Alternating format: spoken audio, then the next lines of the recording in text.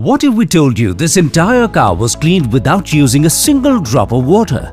Unbelievable, but it's true. Welcome to Factful Fridays. This week, let's talk about vehicle dry wash, a convenient and sustainable way to clean your vehicle. Now let's take a look at the simple steps involved in dry wash. Once the vehicle is parked under shade, a special foam solution is evenly applied across the vehicle body and wheels. The special foam formulation binds to dirt and effectively lifts it off the vehicle surface.